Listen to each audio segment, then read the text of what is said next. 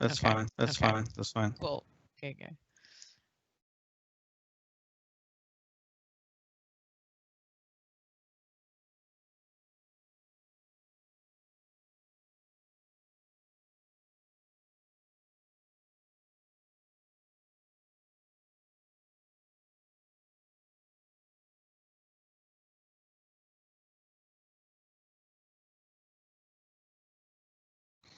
So the students, when they join, do they normally say that they've joined? Yeah, we can see that. Hi guys. So we're just waiting a couple more minutes and then we'll get started.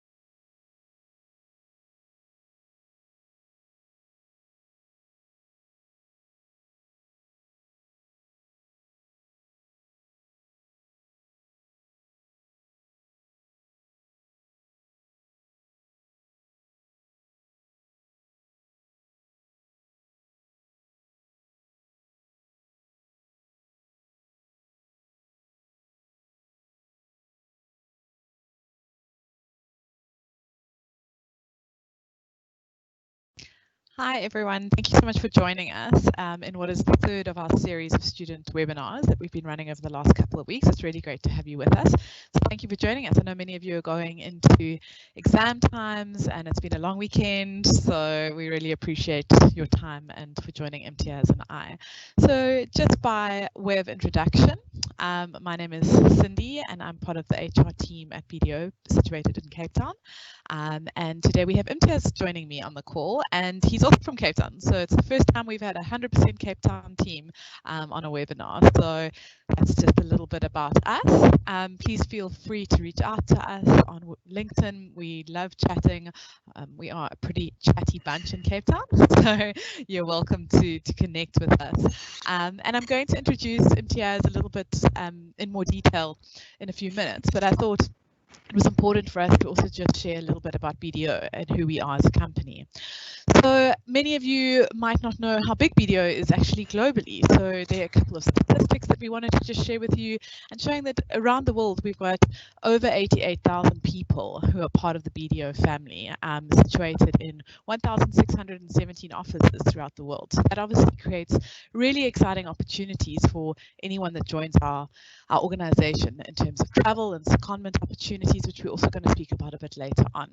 And then in the South African context, we are growing at a rapid pace. We are just over 1,600 staff in our team in South Africa with 9 different offices. So many of those offices offer psycho training contracts and have graduate programs, and a couple of them specialize in other areas and won't always accommodate graduates like yourselves.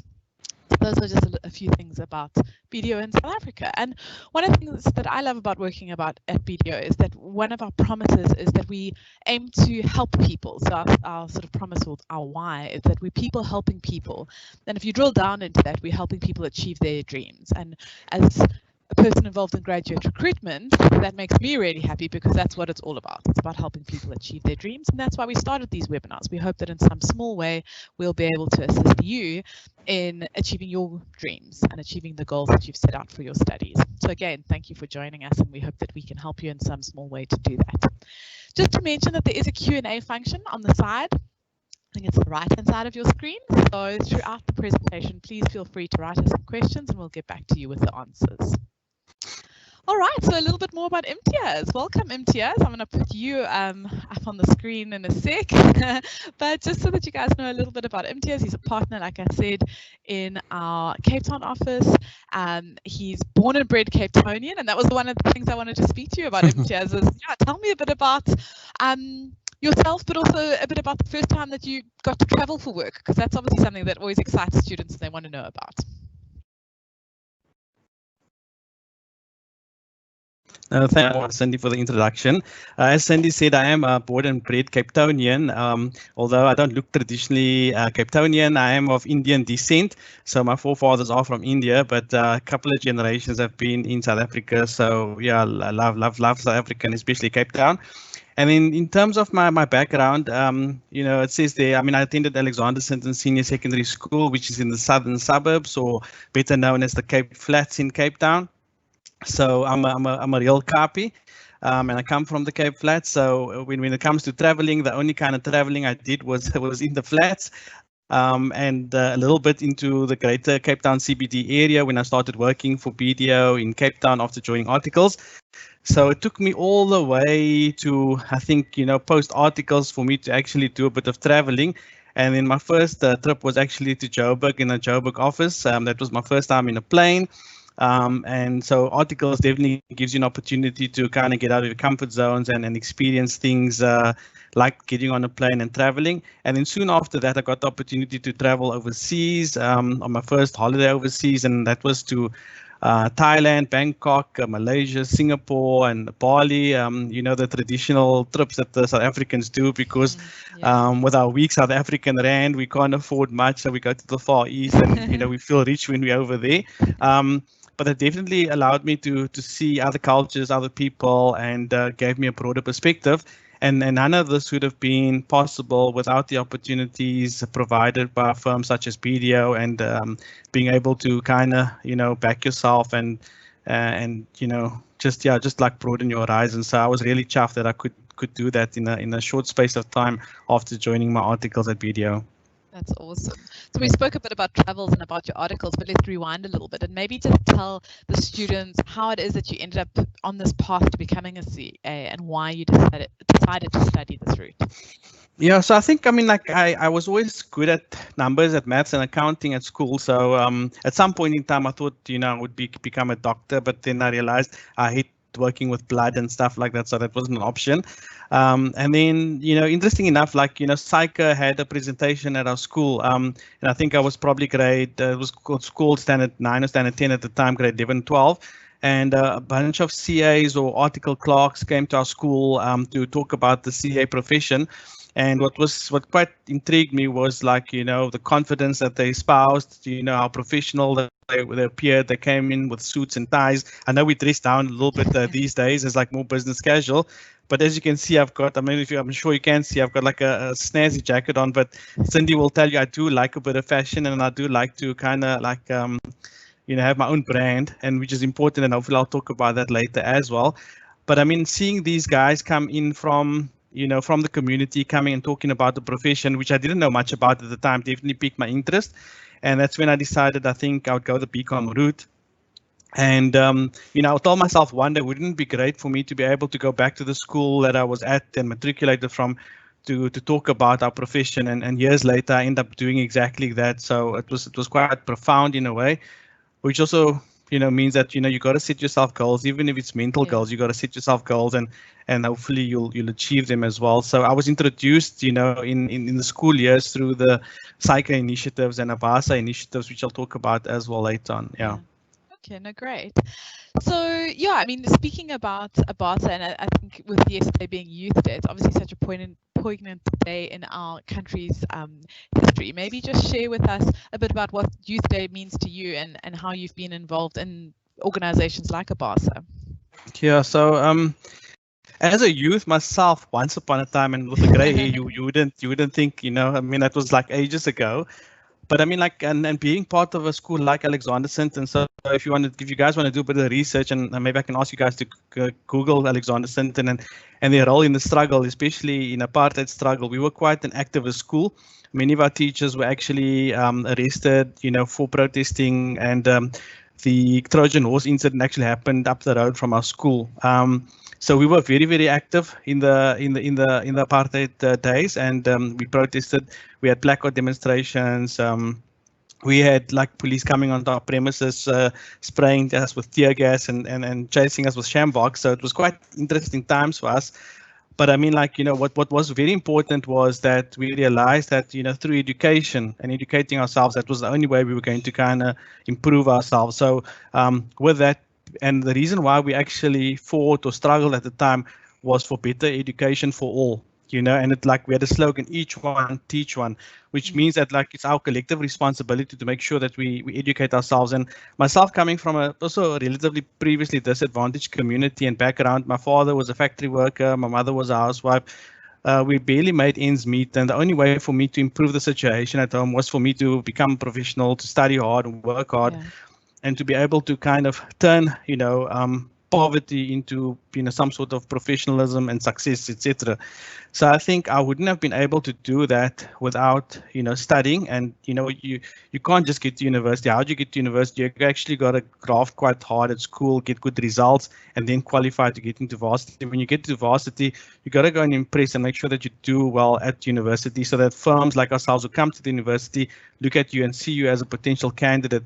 And once you start your article, suddenly the world's your oyster. And that's how quickly your life can change around. That's what happened to me. And when I was chatting to Cindy earlier this week, we spoke briefly about, I still sometimes find it surreal that I am in the position that I am in, because I do look fondly back at the time when I was at Alexander Center and we were busy with placard demonstrations in winter where your feet were frozen, but you stood there because you knew that we were fighting for the rights for everybody to be able to have the same education or the same opportunities. And we are there. I mean, but we still got a far way to go, and I am passionate about giving back. So I'm an executive and board member of ABASA, the Association for the Advancement of Black Accountants of South Africa in the Western Cape. And what we do is part of the initiatives is that we go to underprivileged schools and teach them about the auditing or the accounting profession, and tell them the importance of doing maths and proper maths, to be able to do the accounting stream. So that's what I do in terms of my spare time and giving back. I think it is important. I mean, we had that slogan, each one, teach one. So hopefully I'm living it to be able to make a difference and to tell people my story, because, if I can make it, trust me, anybody can. I'm not a smart oak by any stretch of the imagination. Yeah. And I mean, Imitiaaz, you were very lucky in that earlier this year you had a special trip planned that wasn't luckily hampered by COVID and the traveling restrictions, or was it late last year? But you spent a bit of time at Harvard, which, I mean, if you don't feel like you've made it in life when you get to Harvard, then I don't know what you would have to do to top that. So maybe just share with us a little bit about that experience. Yeah, Cindy, that was one of my proudest moments and one of those surreal experiences. And our CEO, Ian Scott, in Cape Town, he went to Harvard about 10 years ago. And, when he came back, he was ranting and raving about the course and what he's learned there and just what happens over there.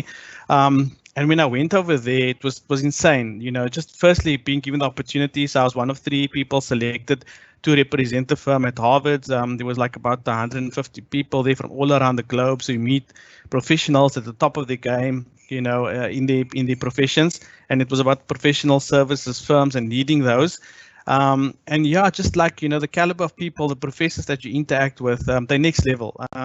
If we think, our university lectures are crazy and intense, I studied in 1997. I finished off in I started in 1993. I finished off in 1996. So it's been a while since I was sitting in lecture rooms and having to sit in the lecture room and interact with lecturers and them firing questions at you. It was pretty intense, and it was probably exhausting, but it was a memorable experience. And Boston itself and that city, it's amazing. It's just, you just want to learn. And I think you come out there with renewed vigor and you realize that, learning is a continuous thing. So you must never stop learning. You got to keep on educating yourself, improving yourself, and that's the way you're going to stay ahead of the pack. Yeah, that's amazing. And I'm sure we're going to hear a little bit more from your time at Harvard and your presentation. So let's move on to that. And you're going to be speaking to us today about what to expect in articles. So over to you. Thanks, Cindy, and thanks for the intro once again. So what to expect from articles, there's like everything, literally everything. I think, for me, it's about what you put in is what you're going to get out. And we've got the slide up there saying you're going to be thrown in the deep end. Yes, without a doubt. I mean, you're gonna enjoy your articles. You're going to come in there, with eyes wide open and exciting. And then we're going to throw you into the deep end. But don't worry, there's going to be a life jacket that goes with it, so you won't be sinking. We don't expect people to be thrown into the deep end without the necessary support. But in terms of your articles, I think, your articles is 3 years. You're going to grow exponentially in those 3 years. I think if you actually measure yourself and you write down what you know at the start of your articles, and then you actually take that piece of paper and you save it, and then you actually compare after the 3 years of articles what you've done and what you've achieved, the jobs that you've worked on, the experiences that was offered. You'll be shocked to actually see how much you've grown and learned as an individual. So your personal growth will be exponential. Your professional growth will be exponential. The knowledge, although you guys are students and you're studying at your various universities, etc., the technical knowledge may be there, but there's a lot of soft skills that goes along with being an audit trainee that you will definitely get experience with. So I think, that's definitely some of the things that you can obviously expect, from articles. I think what you also got to understand is that you're going to need to maybe you can still go back a little bit. You're going to absorb like a sponge. So, like with anything in life, and I mean, Sandy's got young kids, I've had young kids and stuff as well. Just seeing how they learn and grow in those formative years. So you got to see yourself like a newborn baby when you're starting articles, and you're going to see yourself as like, like a graduate when you finish articles. So in that time, you're going to learn to walk and crawl and start to speak, etc. But I mean, like the trainees that are going to win this game is the ones that's actually going to put the effort in, and the ones that's going to invest in themselves. We provide a platform for you to do your articles. There's great structures in place. We've got awesome HR team, Sandy and her team, to support the trainees. You've got managers, you've got partners, and like Sandy says, we like to talk and we like to engage.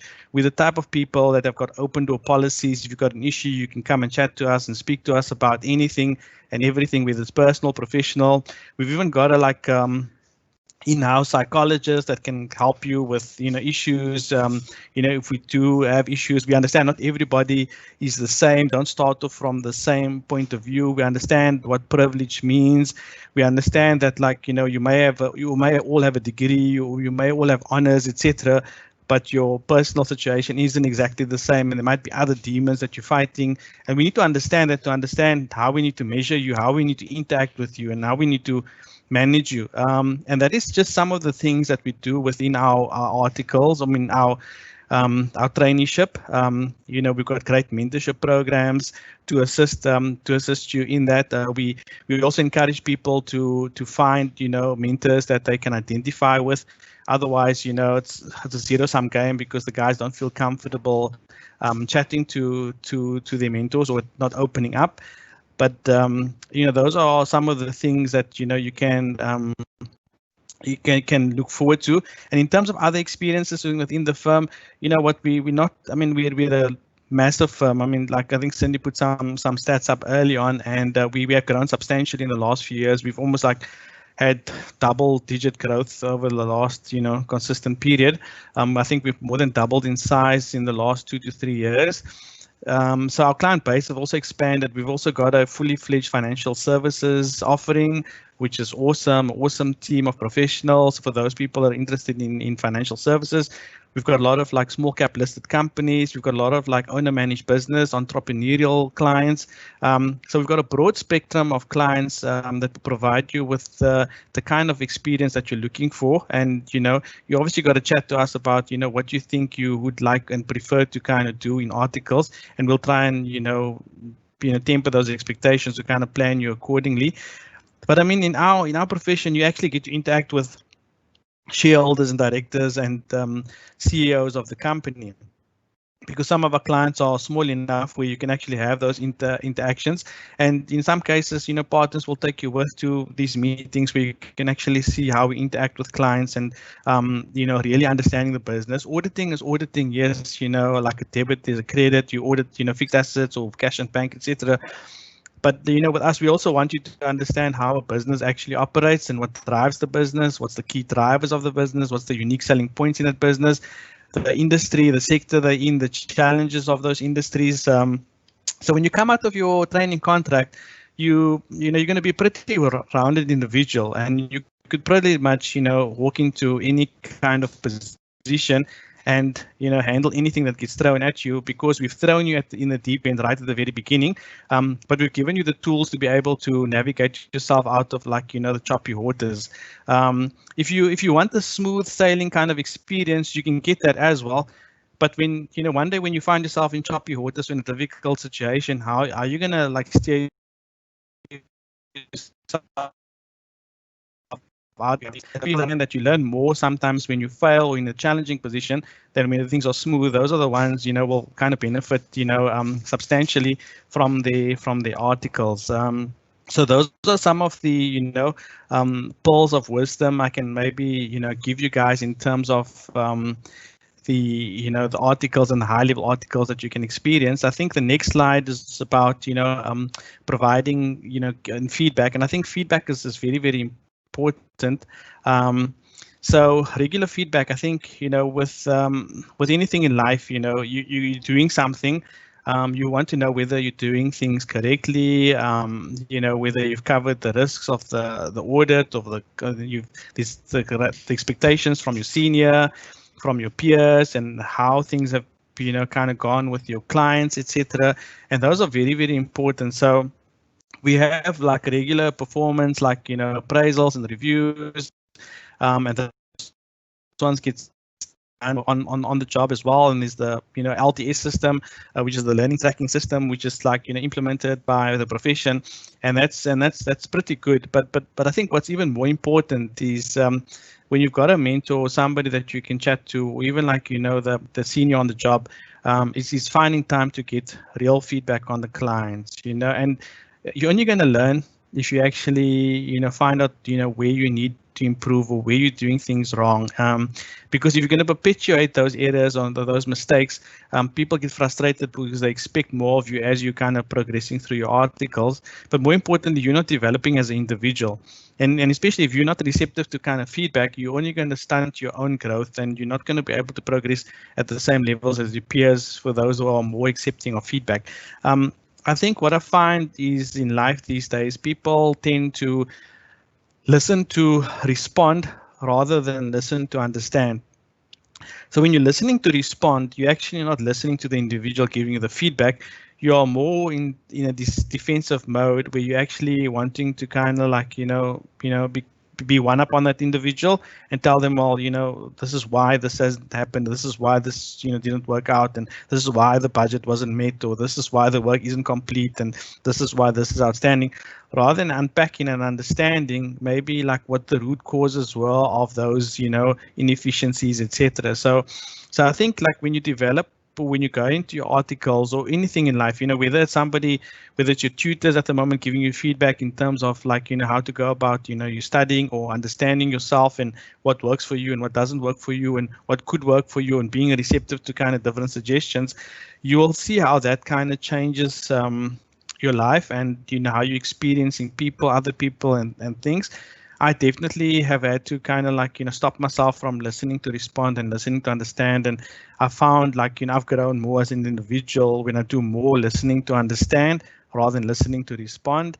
And over time, I've developed and grown, matured. And that's what you need in a professional services firm, especially when you're dealing with clients. And sometimes they are easy clients and sometimes they are very, very difficult clients. And also reading clients' body language. And the tones and stuff like that, whether it be on emails or obviously the face-to-face stuff as well. So for my sons as well, I've also done an NLP course, which is a neuro-linguistic practitioner's course with the firm. It was like a week course where you really got to learn about yourself, and then also learn how to read other people, how to read situations.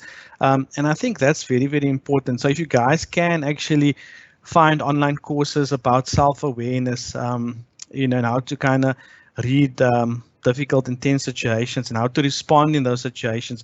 And then you'll work out, how you can take control back and how you can control the situation, even if it's in a situation that, you may be, on the back foot. You can still manage to control the situation or manage the situation pretty well if you've got the right self-awareness. And that's helped me considerably in life. With difficult clients, with difficult meetings, with difficult situations, managing that. So I think, understand when, feedback is, it just seems like, okay, I'm going to get feedback, that's it. But, the way you receive it, the way you accept it, and then what you actually do with the feedback, that's pretty much important. And hopefully the people that you interact with, and maybe as you develop yourself and your self-awareness, you can also maybe give feedback to other people and say, listen, the way you've given feedback, it's kind of either energized me, or it's like, made me more negative towards this whole process. And sometimes just, changing the tone of the feedback, or the manner in which the feedback is given, can certainly, be either more benefit or less benefit. So hopefully, like, you guys are taking some notes and picking up some of these little pearls of wisdom, and these are some of the things that's helped me over the years, as I grew up and as I became a trainee, from a trainee to like a supervisor and assistant manager to partner. You need different skills to navigate the difficult situations that you will find yourself in. So, and being honest, but being professional in the honesty, and being constructive, which is also very, very important. So maybe we can, pop onto the next slide, Cindy. So you got to put in the hours, eh? So, I mean, you got to see the guy sitting there, and it's like, thinking like, when is this all going to end? And the best way that I can kind of get these things across is really using sporting analogies. To be honest with you, I used to play sport as a kid, and I played cricket and soccer and rugby at school, and tennis I still enjoy playing, and I love obviously watching the sports and watching people at the top of their game. And the one thing that's consistent, whether you're a tennis fan and you like the likes of Federer and Nadal and Djokovic, or whether you follow running and you see the guy like Usain Bolt and what he's achieved, and Michael Phelps in swimming, and you have our top cricketers and like the likes of Hashim Amla, AB de Villiers, or Jacques Kallis, or even some other international guys, Virat Kohli and stuff like that. And the one consistency you'll find, or another one which I'm sure a lot of you guys will know, is Cristiano Ronaldo. The soccer superstar, is the amount of hours that they actually put in. So, what you see today, you see Imitiaaz Hashim sitting there with hopefully a fancy jacket, and, I've shaved today to look very much more presentable to you guys. But I mean, you don't necessarily see, so you see the end product, but you don't see all the work that goes in behind the scenes. Whether it's preparing for this presentation, preparing the slides, deciding what you're going to wear, how you're going to look, how you're going to come across, that's a process. So with all these superstars, whether it's even actors or, performers, etc., there's a lot of work that goes on behind the scenes. And I think, that's the message that I want to get across. If you guys really want to succeed in life, unfortunately, nothing in life comes easy. Even the likes of, Elon Musk on Tesla, and the Steve Jobs and the Amazon guy, Jeff Bezos or whatever, they all started and they didn't just arrive. There was various levels of failures, in their life before they actually hit ultimate success. And the amount of hours that they've put in, you're not going to be a millionaire, a billionaire if you only want to work 8 to 5. That's not how it works, unfortunately. So I'm going to burst your bubbles there, unless you're a tech superstar and you can develop an app that the guys will buy for you for billions, that's going to change the world. And there are going to be some people, but those are really the exceptions to the rules. For somebody like myself, I had to kind of put in the hard yards, whether it was as a trainee in articles, when I didn't understand something, but I also didn't want to come across as not, look, you must always ask if you don't understand. But what I used to do was I used to take my personal time in the evenings, research something, understand it, and make sure that, you know, I do it and get it right, hopefully, so that like my seniors and my managers can see that I'm willing to put the effort in and invest in myself as well. All these superstars, like the one thing that's like that you'll find in common with them is their work ethic is second to none. They put in hours. I know Cristiano Ronaldo, because I'm a United supporter, and don't shoot me for that. I mean, he used to play for Man United, but I think he was one of the first guys at the training ground. You know, and he was probably one of the last guys to leave. And like the amount of effort that he puts in, it's insane. But then it shows, you know, on the field, and you know that's why he can get the endorsements that he has today.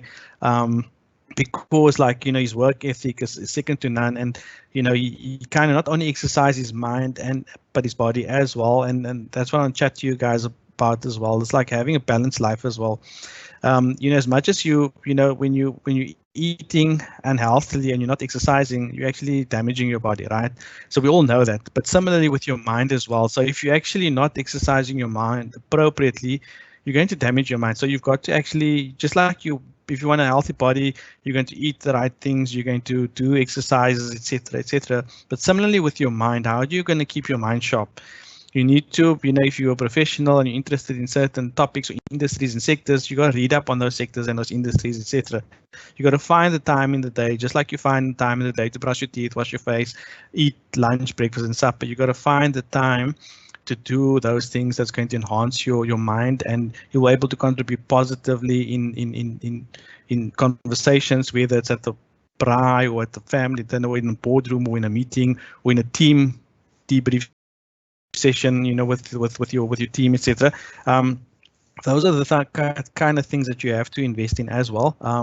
You know, if you say to me that, you know what, like, you know, but there isn't enough time in the day, then I'm going to challenge you and say, listen, here, have you actually written down, you know, just like you might write down what you eat on a day-to-day basis, what you're actually physically spending your time on a day-to-day basis, and you'll suddenly find a whole lot of time becoming available to you. And I never necessarily did it like, you know, physically writing down the time, but I used to like enjoy watching TV and sports, obviously, but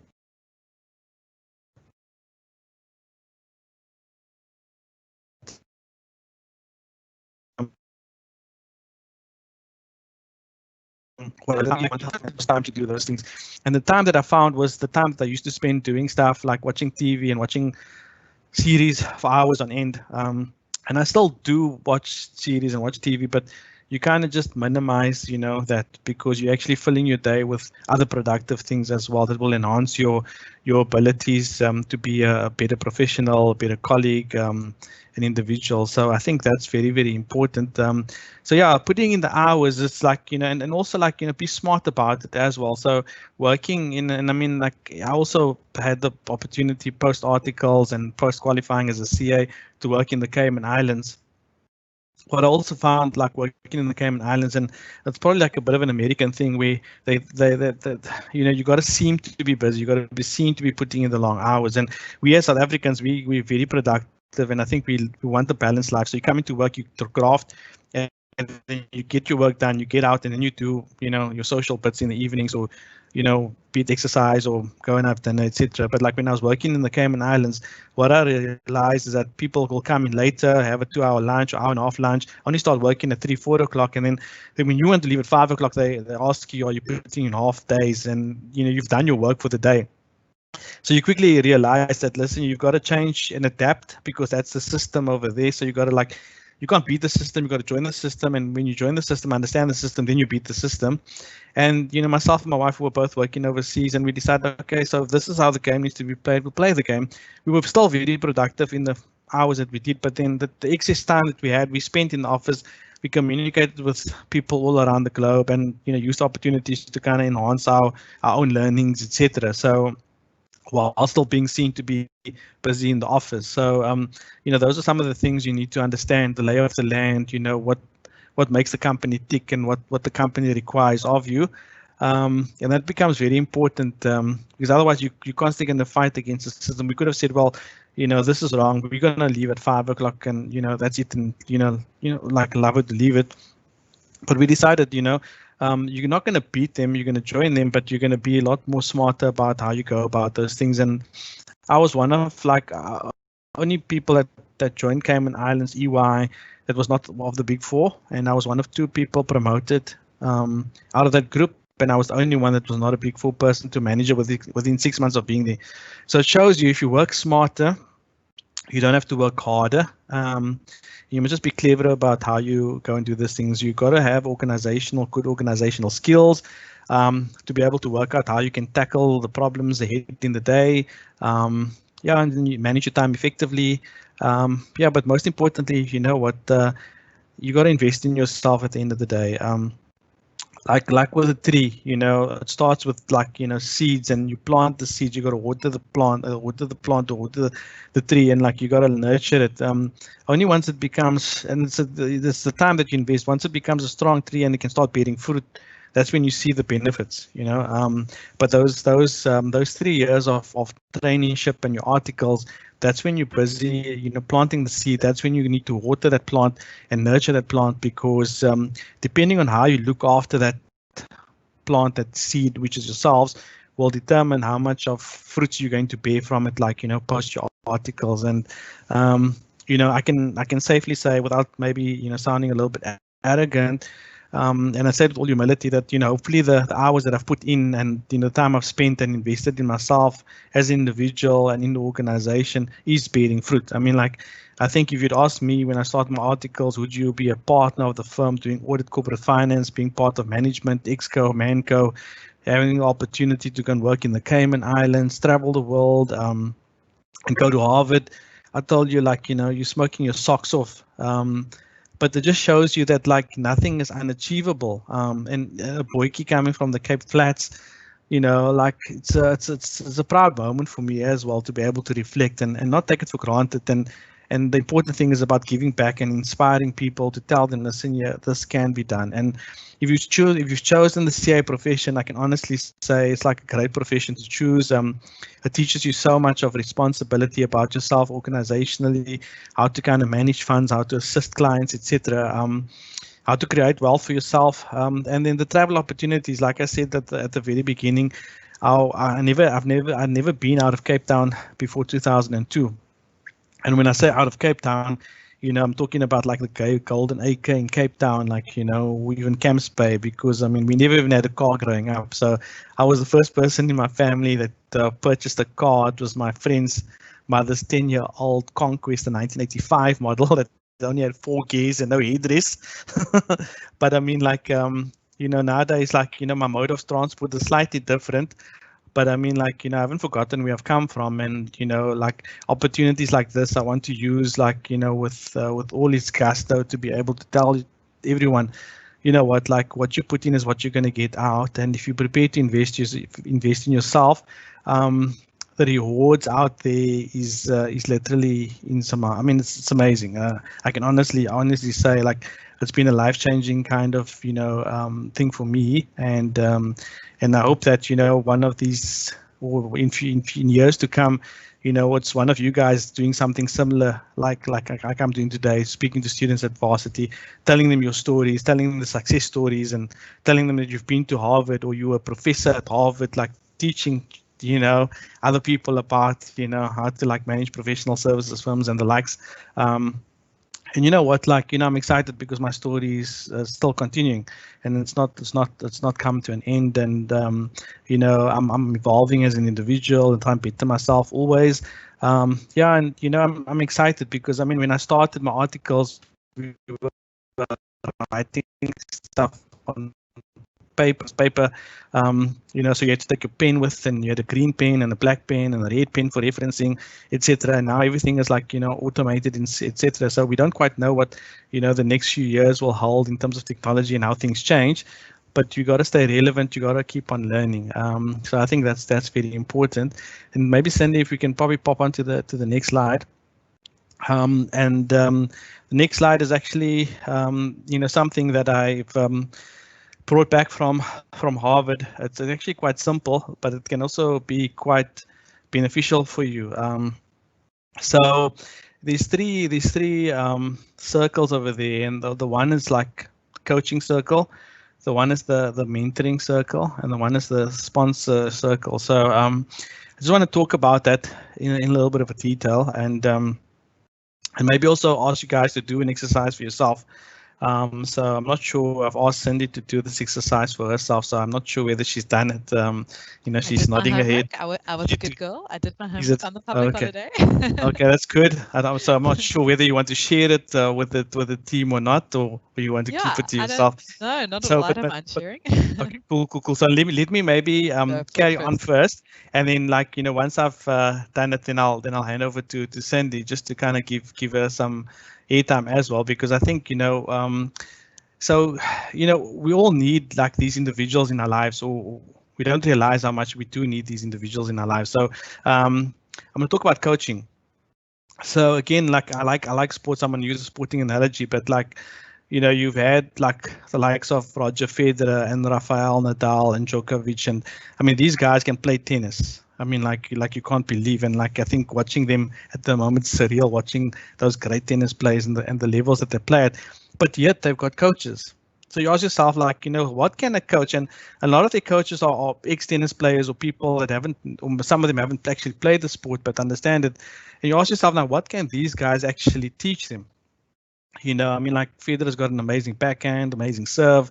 Nadal's backhand and forehand, and his work ethic and his strength and his tenacity around the court is insane.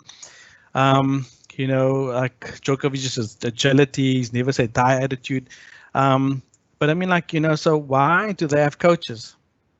So they have coaches because they need the feedback, and I spoke about feedback and the feedback being important because you don't really know what your blind spots are. We see ourselves, we look in the mirror, and we probably pretty much think that we're the perfect versions of ourselves, and nobody can really better us, but then that's where we fall short. So if we really want to improve, and be the best versions of ourselves, you need somebody to be able to coach you. And the coach needs to understand the individual. So they need to understand really what the makeup of that individual is, what the person's temperament is, what his background is, what makes him tick, what his strengths are, what his weaknesses are, and then determine like the areas that you need to focus to work on. So I think what I would encourage you is to and I ask you guys as well now is and you don't have to do it right now, but maybe think about it and do this exercise as Cindy has done as well, and I've done it myself as well, is write down who in your life you think, has been your coach. And if you don't have a coach, and you've never had a coach in your life or in your career to date, then what I would suggest is try and find somebody, because somebody that's got the expertise. And I mean, you guys are all training to be CAs, or so if it's somebody in your family or friend or a peer or somebody like a year or two ahead of you that has actually been through some of what you're going through, if they can kind of provide the expertise and their feedback to you, I think that will only enhance you, because the things you really don't know what you don't know. And sometimes you're doing, I remember Ian Scott, the managing partner of BDO here in Cape Town, he gave me some valid advice, and I actually still today will use that advice, especially for students, because there was a point in time where I was struggling to kind of pass my my GDA.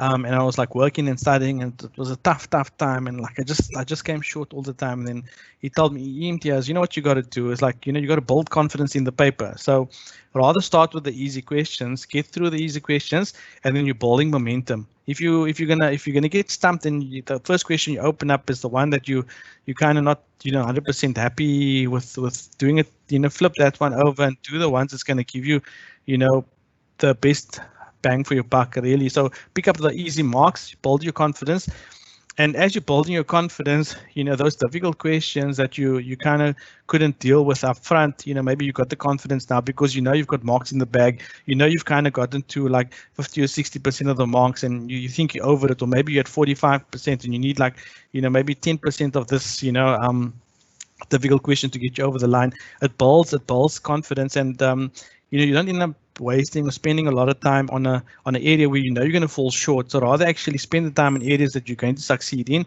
and then pick up those marks, because at the end of the day, like, it's about marks and and passing exams, etc. So getting advice like that and being coached for an exam, like, certainly made a massive difference. In some cases, I actually coached myself, and I remember the year between failing GDA and passing GDA. The one thing I changed was I said, just like, you gotta, like, if you keep on doing the same thing over and over and over again, you're gonna get the same result. And I used to sit at the back of the class and chill and, like, want to be cool and stuff like that. And I just realized it wasn't working for me. And, like, I told myself, like, I want to be of those, like, students that are sitting at the front of the class, engaging with the lecturers and asking questions when I don't understand things during the lectures. And that's what I did. So I made sure that I actually just the physical moving off from the back of the class to the front of the class, being more engaged, made a huge difference. And those little subtle changes actually resulted in me passing versus failing an exam. So you might think, like, that's so simple. Yes, it is, but, like, sometimes it's the simple stuff that will get you the best results. It's like, if you swing a golf club and you can't hit the ball, and somebody tells you to adjust something, your stance slightly, and then suddenly you're hitting the ball clean. It's so simple, but yet so effective. So sometimes we think we need fancy kind of, to-do lists to kind of, like, sort out our life's problems. And these coaches, sometimes they make the slightest of tweaks for you, and that's what you need. And you must be receptive to those. In terms of a mentor plays a slightly different role. And then, sometimes your mentor can be your coach, and it can be, interchangeable as well. So don't feel that you need to have different people for these roles. And sometimes all of them can kind of, mush into one. But I'm just trying to, like, give you an idea of, like, the roles that different people play. So a mentor, like, gives you more social support and career guidance, and he plays a different kind of role. Social support is very, very important, and I spoke about earlier subtly as well. We don't all come from the same background, so you need somebody that can understand the background that you come from, the challenges that you face, and then be able to give you the support to overcome some of those challenges. I'm gonna go there. Privilege and the Black Lives Matter things and Youth Day, it's all very, very topical, right? And we all got our truths, and we must understand, and we've got more in common than we have differences. And, like, the media, unfortunately, has a sad role to play in this, and that they kind of, like, feed off people's differences. But like, for me, once you get to know the individual and you kind of peel the layers, you actually find that, the color of our skin doesn't matter. When we all bleed red. And myself and Cindy, we sit in our employment equity committee. We're quite passionate about these things. I see Cindy smiling there. But she knows how I feel about this. And it's about being a good human being, being a good person, doing right always, or doing the right thing always. And if you have a mentor and you have the right mentor, you can change your mindset, because life isn't fair, and you see things in the media that's not fair, that's not equitable, and it's not just. And there's different ways to deal about, like, you can get angry about it and then do nothing and sit there and be a keyboard warrior, or you can actually make a difference to the people around you, and those people that that are around you, hopefully, because of the way you deal with things and the way you live your life, whatever, it will inspire them to also improve and live their life in a certain way. I think there's challenges in South Africa. We all know that, but let's have the conversations.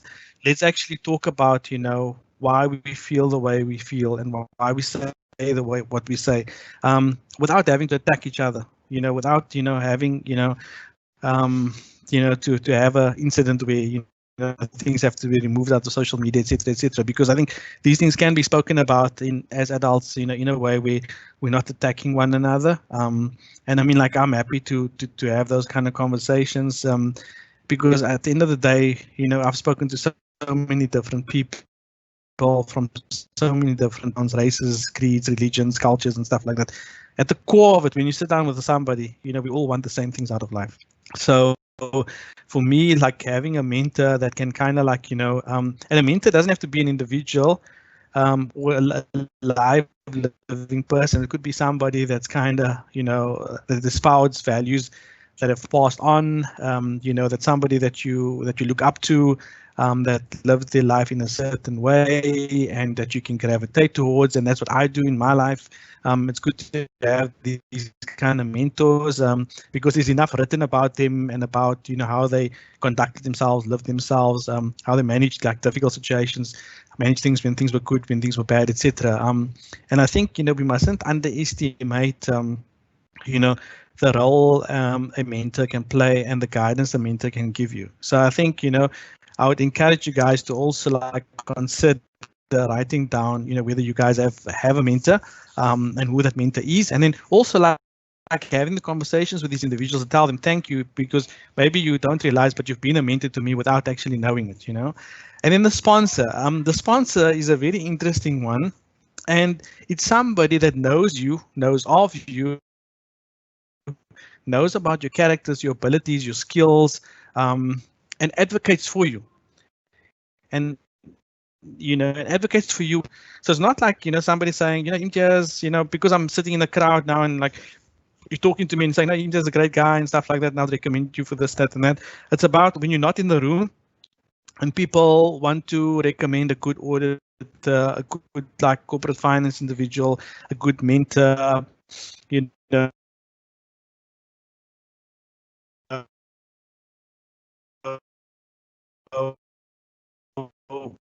whatever, you know, and say, let's talk. Was, you know, have love. Now you got to ask yourself, who out there is your sponsor? Who out there is saying student A, student B, student C, or Imitiaaz or Cindy, you know, who's actually talking positively about you in the marketplace, in your industry, in your faculty, for example, and saying, you know, this is somebody that you need to watch because he's got potential, he's got great ability, he's going to go places, you know, to understand, you know, business, but understand like socioeconomics, you know, how the fiscus works, etc. Well-rounded individual, could, you know, understand, you know, what balanced life means, etc. So who's going to advocate for you? And so I would encourage you to write down who you think is actually advocating, and that's dangerous. This is a tricky one because sometimes you think somebody's advocating for you because you've got a good relationship with the person, but they might not be the one advocating for you. So again, like this is very, very important in terms of knowing who you trust and who you open up to, and who you share, you know, really personal information with versus like, you know, being professional, etc. So this one becomes a little bit more tricky because these are the people and networks that kind of talk about you when you're not around. So hopefully you guys got an idea. I mean, there's lots of like science and detail behind this, but you know, I want to try and keep this broad here. But maybe if I can maybe just quickly hand over to Cindy, because I asked Cindy to kind of like, you know, do this exercise for me, because I think it was a worthwhile thing to do. And let's see what Cindy's come up with. And yeah, over to you, Cindy. So when I thought about a coach, for me, I suppose just like sports, I'm not very clued up at rugby, but I think they have like a backline coach and a scrum coach. So same thing with me. I think there's various different people that I rely on their expertise when I have a tough question or I need guidance on something. And it would depend on whether it's their realm of expertise as to whether I would ask them or not. So someone that I worked with earlier in my career just has a wealth of knowledge and is so great at creating an awesome team culture and being an amazing leader. So whenever I try to do anything with our team, I just try and remember how she would do it. So what would Gillian do? How would she have approached the situation? So that's just one example, but there's multiple different people on the coach side that I would draw on their expertise for. Yeah, and then in terms of a mentor, I don't think it's an official one, but one of the partners, one of the female partners at BDO, it's just really great to checking in on me every now and again, and let's go for coffee and how things going, and just touching base and showing that she cares. And so I think that's a natural sort of relationship that's building, but no title has been put on it or anything like that. But it's just been, I suppose like your slide says, a social support and just a shoulder to be able to lean on and chat to when you do need guidance on something. And then in terms of advocacy, I found this one quite tough. So I think that, we build a lot of relationships externally. And so there's a couple of people that came to mind externally through the various bodies that we work with, and then a couple internally as well. So I couldn't quite pinpoint one, but Matt, that's maybe some further homework for me to do, is to do that and to think about that a little bit more. So thanks for that, Cindy. So on the sponsor one, I can tell you I'm definitely a sponsor. So I definitely advocate. I wanted to say you, but then I was like, is that weird? So no, it's not weird. No, but I mean, I think hopefully this little exercise shows with the people the importance of it, because sometimes you're not sure and you're not 100%. But I mean, I'll definitely say I'm definitely a fan of Cindy's. So definitely advocate for absence. And then on the mentor stuff, like Cindy mentioned, the thing is you don't realize sometimes somebody is there and they're giving you that guidance and the support. And you don't have to put titles to it, but I mean, the important thing is that you do have somebody that you can kind of go to for various things. And like Sandy says, for certain things, she'll use certain individuals. For other things, she'll use other individuals. And as you guys kind of move on in your careers, it will change and it will develop. And some people might stay consistent throughout. And that's why, for me, I think, the mentor, and like I said, it doesn't even have to be a living, person right now, but I mean, it could be somebody that you really looked up to in terms of their values, and want to emulate that and use that as well. So I think it's definitely a useful exercise to do. And if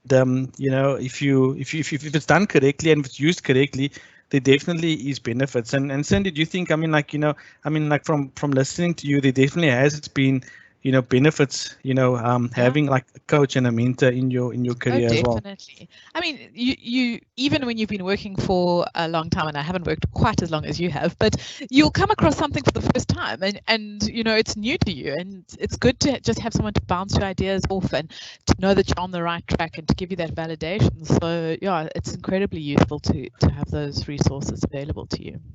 Yeah, no, I mean, and I still do it today as well. I mean, there's strength in numbers, and I mean, myself, and there's a couple of other partners, and that I speak to regularly. So so I've got somebody that will give me some social support when I need it, because not every day is the same. You have good days, you have bad days. On the bad days, you want to be able to chat to the person, kind of get a pep talk from the individual. They'll make you feel better and just make you pick yourself up, dust yourself off, and then you carry on again. And sometimes it's just, and then other times you need more technical support, and you go to the partners and you bounce things off them, etc. So that's where the coaching comes in, and mentorship. So I mean, I use it still today, and I mean, we constantly on the phones with each other, providing the support that we need, which is great and important. And so that's why I think you guys need to understand that pretty much early in your careers that you're an individual brand as well. And maybe that's why I wear my colorful jackets also, because how do you differentiate yourself, amongst, a sea of 100 people? There's got to be something different about you, and you got to create connections, etc.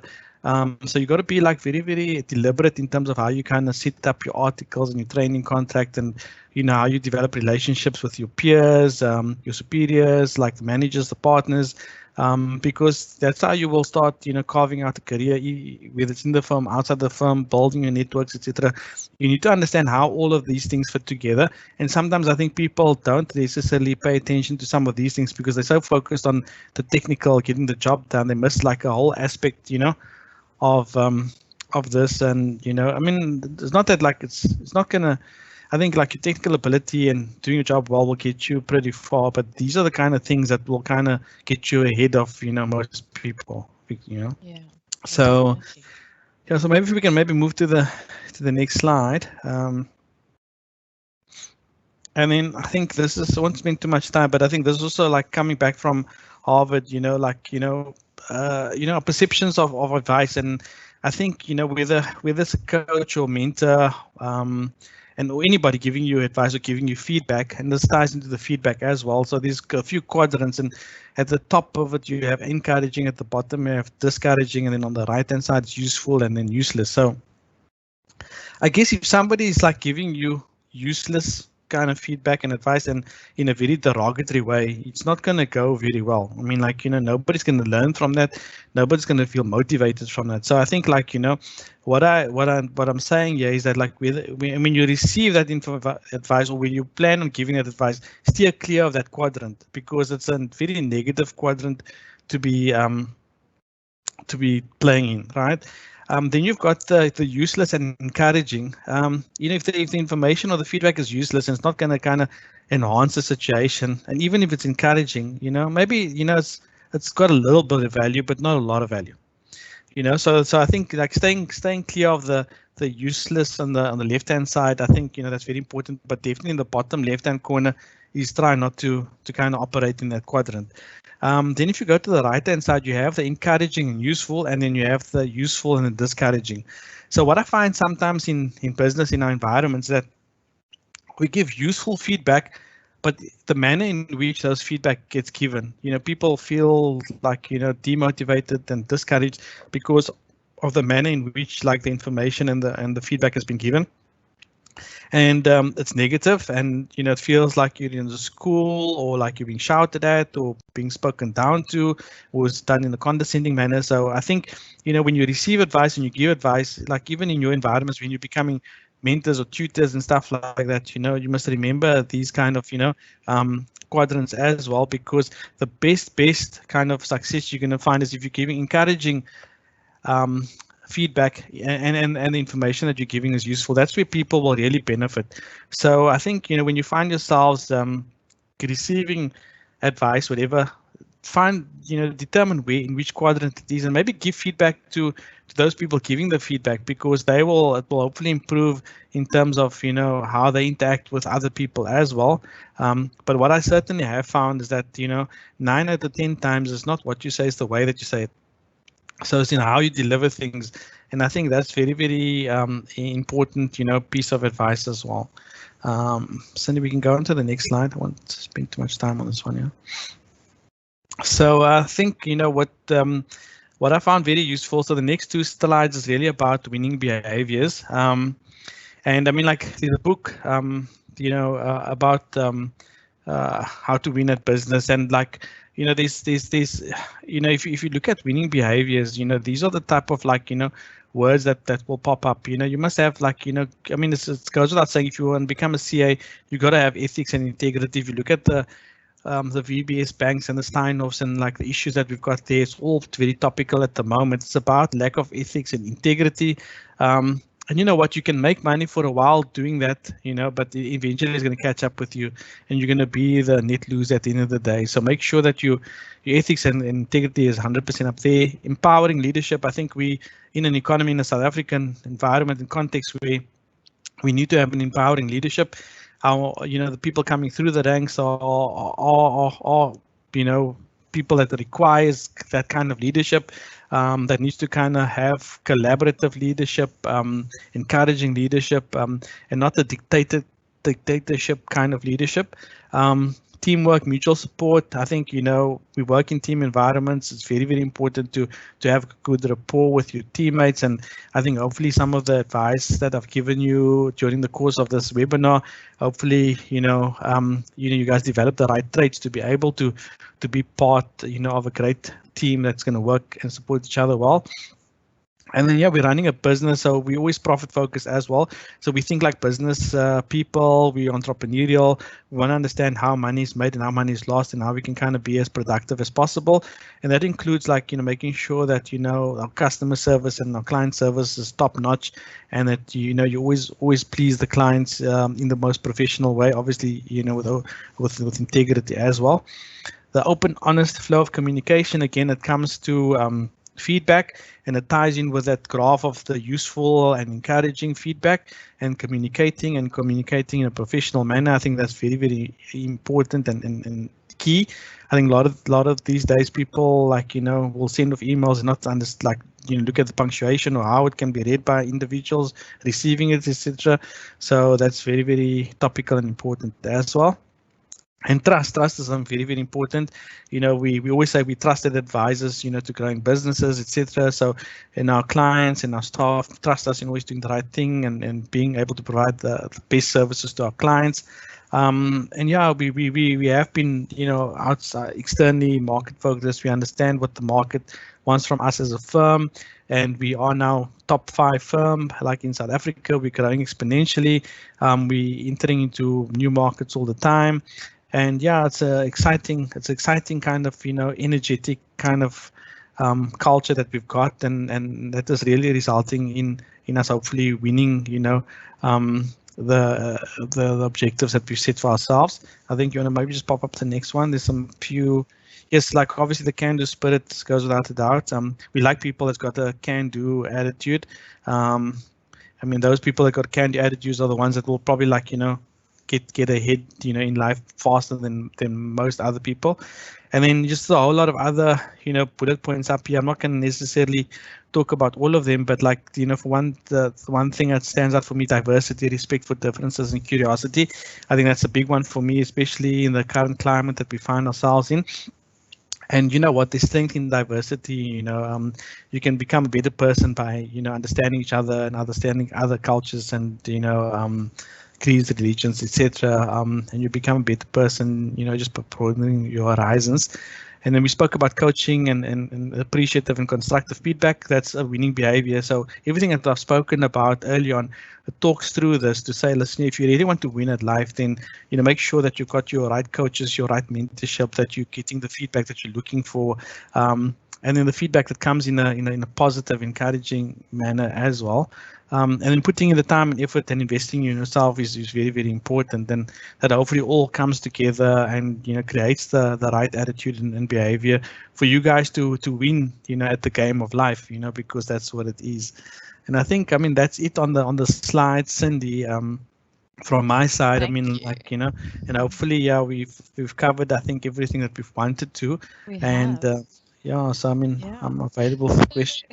Thank you. Yeah, the questions have been coming through. So I've responded to a couple of people directly on the ones related to recruitment, and those that I haven't, I'll direct message you back.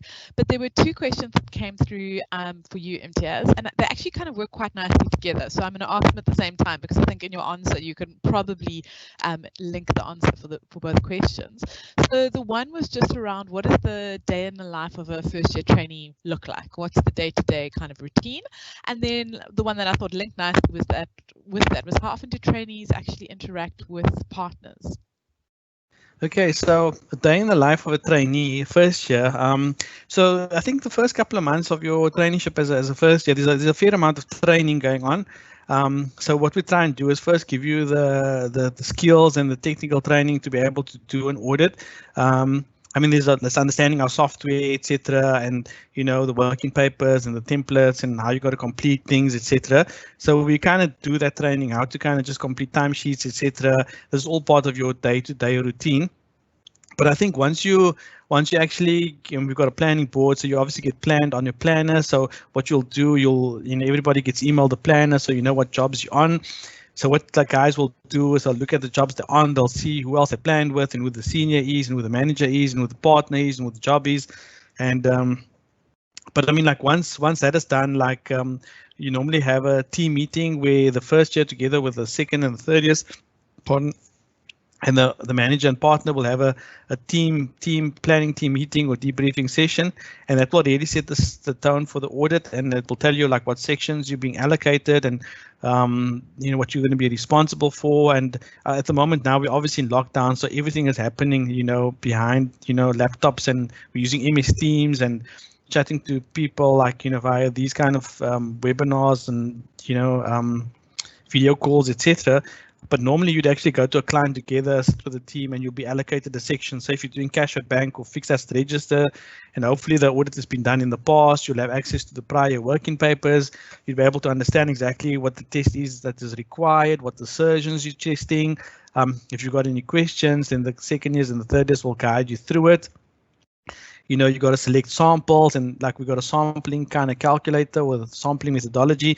If you don't know how to do it, the guys will assist you with doing it, and then you go out and you go and look. You know, you go and physically verify fixed assets, or you know, you'll get the bank recon that you need to tick in, etc. And that's what you do. And you know, you do your working paper. You make sure that it's done in the proper way, and that working paper will find itself into the electronic file, and it will be reviewed by a manager and a partner ultimately, and you'll be given queries. If you've done a really great job, there won't be any queries. So I think it's pretty you know, standard. And I think what I do encourage is that, you know, what works quite well, especially is to try and get onto our VAC program. And in some cases, you know, we can take you guys onto audits, and even just like, you know, sitting in and doing some audit work, you got a better feel for it. So when you're actually starting your career as a trainee accountant, it's less intimidating and daunting. But I mean, like I said earlier, like, you know, you've got people coaching you and mentoring you and guiding you. So you know, the other thing I forgot to mention as well is, like, in the 3 years that's there, you're going to learn so much in the 3 years. Like I said, you're not going to recognize yourself from day one to in first year to, you know, the X and in your last year of traineeship, and the growth will be exponential, and you'll be better for it. But you'll get the support along the way. So it's not like you're going to get thrown in the deep end and you're not going to have that support, like I said. So I think you know that should be fine. And in terms of like first years interacting with managers and partners, these days probably like lesser extent with the partners, to be honest with you, because we get involved towards the end, and you know, because everything is so electronic, sometimes like with me now, I don't even review things on site. It will be after hours sometimes, you know, on my laptop or in office, etc. But what I do encourage, or I try and do, is I try and actually get out to the client myself physically and try and be at least twice while the job is on the go, to have like a little bit of banter with the staff and talk a little bit of smack with the staff and kind of get to know the people, because I think that's very, very important. I prefer like the physical exchanges of you know, the interaction part. So that's what I would encourage. But again, like, it really depends on job by job basis. But as Cindy also said, we've got a great open door policy, and we're really chatty, and we encourage people to have a chat with us. I mean, like, I had one first year trainee this year that introduced herself to me. She's, you know, she invited me on LinkedIn, and I responded, and we interacted, and then we had a conversation. And you know what, like, you know, she couldn't believe that she's having a conversation with a partner. But I told her, I'm just another human being like anybody else. I mean, I've got a title and stuff like that, but I eat and sleep, I drink and I breathe, and you know, so we're all the same. You know, I've got more experience and I've been around the block a few more times, but I mean, that's where we can be of benefit to you, and you guys can teach us stuff. I mean, like, you know, I might not be as tech savvy on some of the apps and stuff like that, and if you tell me, okay, like, you know, you should be watching this or listening to this, whatever, you know, it is mutually beneficial kind of interactions there as well, you know. So hopefully I've answered those two questions, Cindy. No, that's brilliant. Thank you so much. Imitiaaz, thank you so much for your time. We really appreciate it. And it's been so great listening to you just share your great wisdom to the students. And I'm sure they've really appreciated it. So thank you so much. Pleasure. Cool. And guys, yeah, we'll be on social media advertising the next in the series of webinars, which will probably be in about 2 weeks' time, and we'll let you know about the topic. So thank you again for joining us. And for those of you who are about to start exams, good luck. We wish you all the best. Cheers. Cheers. Thanks.